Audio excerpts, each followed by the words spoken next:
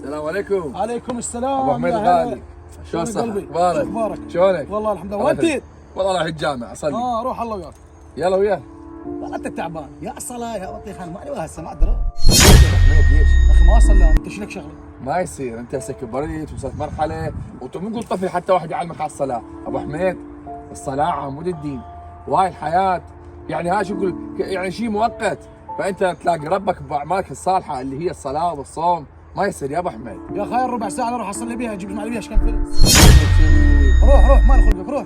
الله كريم، الله يهديك ان شاء الله ابو حميد. روح الله يهديك. يلا السلام عليكم. وعليكم السلام. شفت يد المغرب حتى نروح نفطر، صوم وشغل الحمد لله بركه. ابو محمد شلونك عيني؟ حياك الله. شو اخبارك؟ ابو حميد الغالي. بدي اروح لك، شو اخبارك؟ شلون الصحه؟ والله بخير يا ابو عبد الرحمن، شو اخبارك؟ ما شو الدخل ابو حميد؟ والله ابو محمد تعبان ومهموم وبايج، طالع الدنيا من عيني. ليش؟ مو الصيام العالم صايمه، حاط الجيجاره بيدك مفطر. يا اخي ما تقول ايش اسوي للعالم اني؟ هم صايمين الي. ما يصير ابو حميد، الصوم والصلاه عباده لربك، الله شو عنده ليش تلاقي ربك؟ ما يصير يا ابو حميد. خير محتاج شيء؟ يا محمد مخنوق جاي اسولف لك همي ومهموم وضايج، طالع الدنيا من عيني. الصلاه ابو حميد، الله يوصيك بالصلاه وبالصوم، ارضي ربك عوف البشر.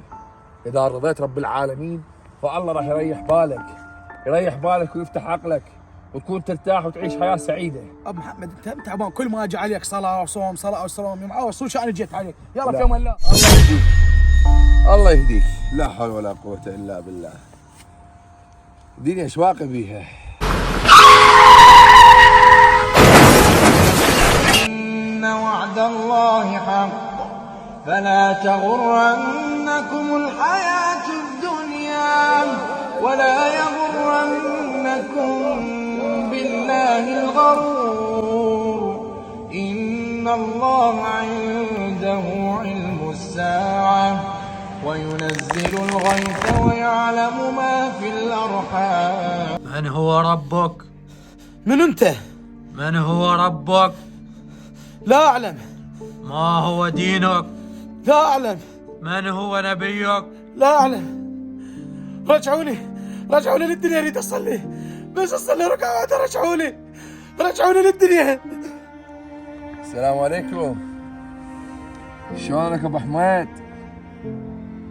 هاي تالي يا ابو حميد، انتم السابقون ونحن اللاحقون.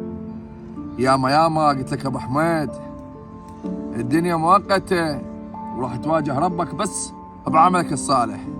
لا ملابس، لا سيارات، لا بيوت، بقيت انت وربك. ابو حميد الله يرحمك ان شاء الله ويجعل مثواك الجنه. اسال الله ان يحسن ختامتنا في هذه الدنيا. اسال الله ان يحسن ختامنا في هذه الدنيا. وهاي رساله الى تارك الصلاه، الى اكل مال الحرام، الى اكل حق اليتيم، الى الظالم. هذا مرضك، كنا هذا مرضنا، وانا اولكم المتحدث. شو تسوي بدنياك راح تواجه بيه ربك هناك.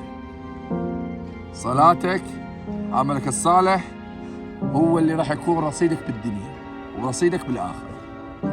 لا مال ولا سيارات ولا بيت.